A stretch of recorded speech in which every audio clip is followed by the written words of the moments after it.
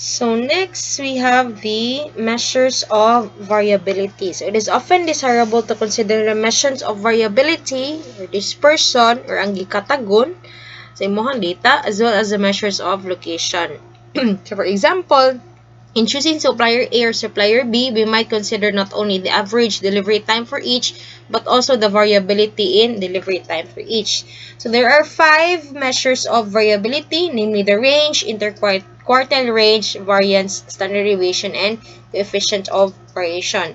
So kani siya is, dali na lang ni because it's also previously discussed in yung high school years, sa yung statistics. So this is just again a review or recap.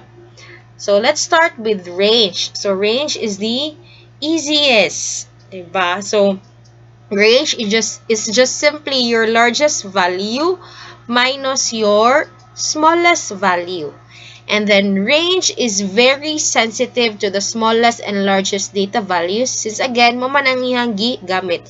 So if you have extremes in your data, using range is not advisable. Okay, extremes man siya, extreme values man siya. Now again, how do you get the range? Anita?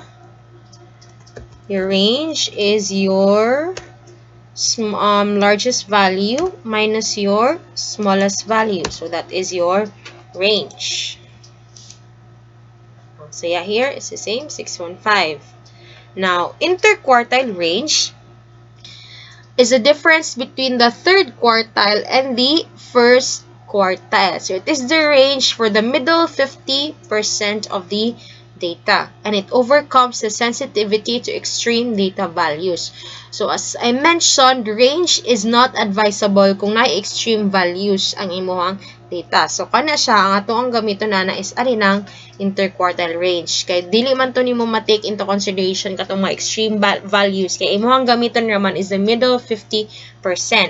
So how do you get again the interquartile range? Your interquartile range, as mentioned, is your Q3, quartile 3, minus your quartile 1. So, mo na imuhang IQR. In this case, let's compute for the quartile 1 and quartile 3. So, this is our Q1 and then Q3. Our Q1 is again 25th percentile or pwede ka mo gamit sa quartile nga function. Quartile.exe. And then your data set. And then, since 1 for quartile 1. Next is for quartile 3. So, still the same. Quartile. Exclusive. Quartile. Then, your data set.